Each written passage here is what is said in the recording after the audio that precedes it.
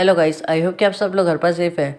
तो हमारे आज के स्टोरी का टाइटल है इन द किंगडम ऑफ फूल, जिसके राइटर का नाम है A.K. रामानुजन। इस चैप्टर में एक किंगडम के बारे में बताया गया है जहां किंग और उसके सारे सेनापति सब के सब बहुत बड़े उल्लू थे। इन्होंने ये डिसाइड किया कि इस किंगडम में अब से सब उल्टा चलेगा, दिन रात होगा और रात दिन। उन्होंने पूरे प्रजा को ऑर्डर दे दिया कि हर कोई अपना हर काम रात में स्टार्ट करेगा, पूरा दिन सोएगा। अगर कोई इसके विपरीत काम करता है तो उसे सजाए मौत मिलेगी। इस डिसीजन से राजा और मंत्री बहुत खुश थे। एक बार उस शहर दोपहर के टाइम गुरु और चेला करके दो लोग आते हैं। उस वक्त शहर में सबके सोने के टाइम था।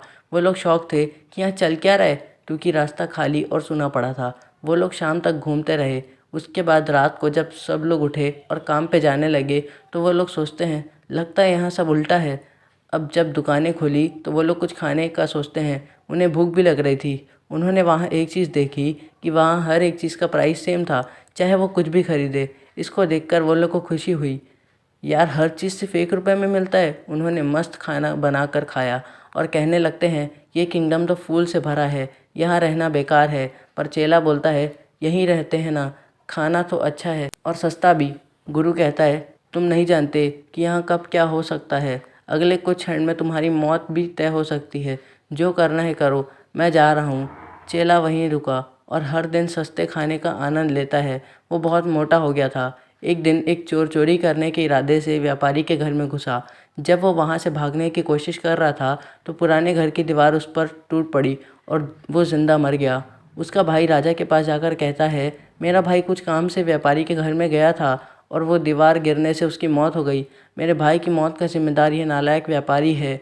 ये दंड का पत्र है, आप इसे सज़ा दे। उसके बाद वो कहता है अच्छा ठीक, हम इसे सज़ा ज़रूर देंगे। वो व्यापारी को बुलाओ, नाम पूछता है तुम्हारा नाम क्या है। नाम बताने के बाद वो पूछता है क्या हुआ महाराज। महाराज बोलते हैं क्या इसके भाई ने तुम्हारे घर में छलांग लगाई थी।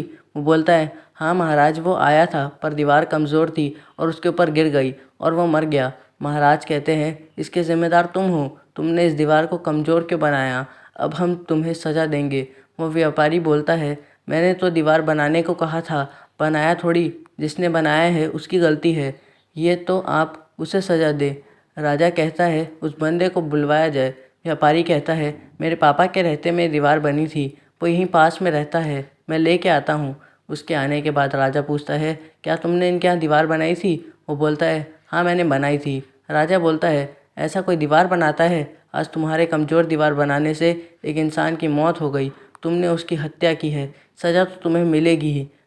फांसी का ऑर्डर मिलने से पहले मिस्त्री बोलता है आप एक बार मेरी बात सुन ले।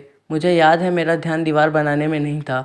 उस वक्त साइड में एक लड़की ऊपर नीचे आने जाना कर रही थी और मेरा ध्यान उस पर चला गया, तो गलती उसकी हुई, उसने मेरा ध्यान भटकाया, सज़ा उसको मिलनी चाहिए।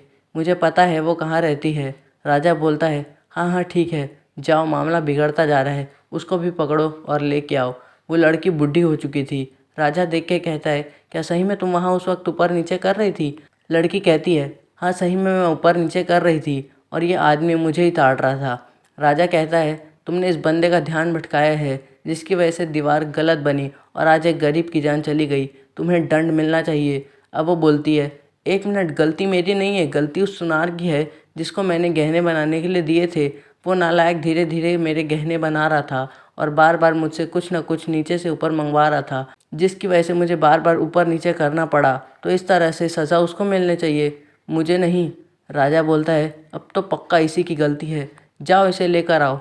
राजा के लोग सुनार को लाते हैं। अब अपनी तारीफ में वो कहता है माना मैंने इसे बहुत बार परेशान किया, पर मुझे एक व्यापारी के गहने का काम पहले करना था तो मैं इसे उल्लू बना रहा था। उसके घर में शादी थी, वो रुक नहीं सकता। महाराज आप तो जानते हैं ये अमीर लोग कितने जल्दी में होते हैं। वो कहता है गलती उस व्यापारी की हुई। राजा बोलता है उस व्यापारी का नाम बताओ, हम उससे पूछताछ करते हैं जिसकी वजह से सब हुआ। नाम सुनने के बाद राजा को समझ आया कि ये तो वो घर का मालिक था जिसकी दीवार गिरी। व्यापारी बोलता है एक मिनट राजा जी, माना दीवार मेरी थी पर गहने बनवाने वाले तो मेरे पापा थे और वो अब इस दुनिया में नहीं है। राजा और मंत्री डिस्कशन करते हैं और लास्ट में कहते हैं कि माना तुम्हारे पिता नहीं हैं और वो हत्यारे हैं, तो उनके बदले तुम अपनी जान कुर्बान करोगे, क्योंकि उनका बच्चा हुआ पैसा और पाप अब दोनों तुम्हारे हैं। मुझे पहले ही डाउट हुआ कि इस हत्यारे के पात्र तुम ही हो, तुम्हें ही दंड मिलेगा। वो आदेश देता है फांसी का फंदा तैयार किया जाए। आज ही इसकी मृत्यु तय है। जब उसे फांसी दी जा रही थी तो मंत्री कहता है, राजा जी ये व्यापारी काफ़ी पतला है, ये फांसी के फंदे में फिट नहीं होगा। उसने राजा को कहा, ज़रा सोचिए हम अब क्या करें। अब राजा बोलता है, किसी ऐसे बंदे को देखो जिसका गला फिट बैठे, पूरे शहर में खोजना। उनको वह चेला मिला जो बहुत मोटा हो गया था और जिसका गुरु पहले ही भाग चुका था। चेला बोलता है, अबे मैंने गलत काम थोड़ी किया है, मुझे सज़ा नहीं मिलेगी, छोड़ दो मुझे। उसके सिपाही कहते हैं, हमें राजा का आदेश है मोटा व्यक्ति खोजने के लिए जो फंदे में चढ़ सके। उसको गुरु की बात याद आती है कि कभी भी उसके साथ कुछ भी हो सकता है। जब वो मुसीबत में था तो वो गुरु जी को याद करता है। गुरु जी को समझ आ गया कि उनका चेला मुश्किल में है। वो वहाँ तुरंत पहुँच गए। उस शिष्य को बचाने के लिए उसने अपने चेले के कान में फुसफुस करने के बाद राजा के पास जाकर कहा, आपसे मेरा एक सवाल है, गुरु और चेला में से बड़ा कौन है? तो राजा कहता है, ऑब्वियसली गुरु ही बड़ा होता है, पर यह सवाल क्यों? तो गुरु बोलता है, अच्छा मैं बड़ा हूँ तो पहले मैं इस पर चढ़ूँगा। चेला बोलता है, नहीं गुरुजी, पहले मैं चढ़ूँगा। अब गुरु और चेले में लड़ाई हो गई। उसके बाद राजा कहता है, तुम फंदे में क्या लटकना चाहते हो? हमने तो उसके मोटापे की वजह से उसको फंदे में चढ़ाने का सोचा है। गुरु बोलता है, सब सवाल बाद में करना, पहले मुझे दंड दो। राजा बोलता है, पहले बताओ कि तुम्हें दंड क्यों चाहिए? गुरु बोलता है, मैं आपको बताऊंगा तो क्या मुझे दंड मिलेगा? राजा बोलता है, हाँ ठीक है बताओ। तो गुरु बोलता है, हम दोनों इसलिए पहले मरना चाहते हैं क्योंकि पूरी दुनिया घूमने के बाद भी हमें ऐसा शहर नहीं मिला, ऐसे राजा नहीं मिले और ऐसा न्याय का फंदा नहीं देखा। इसके पहले इसमें किसी को फांसी नसीब नहीं हुई है। जो पहले मरेगा वो दूसरे जन्म में इस शहर का राजा बनेगा और उसके बाद मरने वाला इस शहर का मंत्री बनेगा, तो हमें भी अच्छा लगेगा। अब आप जल्दी हमें दंड दें, लेकिन याद रखना मैं चढ़ूँगा पहले। वो सोचता है, मैं अपनी कुर्सी नहीं खोना चाहता। वो बोलता है, मुझे सोचने का समय चाहिए। वो और उसका मंत्री अब एक रात फिर डिस्कशन करने लगे। वो बोलता है, मैं राज्य किसी और को नहीं देना चाहता, आओ हम खुद फंदे पे चढ़ जाते हैं और फिर से हम राजा मंत्री बनेंगे। मुझे उस गुरु की बात पे विश्वास है, वो झूठ तो नहीं बोल सकता। उसके बाद वो कहता है, हाँ आज रात गलती करने वालों को भेजेंगे और जो पहले आएगा आप उसे फांसी में चढ़ा देना, और प्लीज़ गलती नहीं होनी चाहिए। वो लोग ने गुरु और चेले को छोड़ दिया और जाने दिया। राजा ने गुरु और मंत्री ने चेले का वेश धारण किया और फांसी पे लटकने के लिए चल पड़े।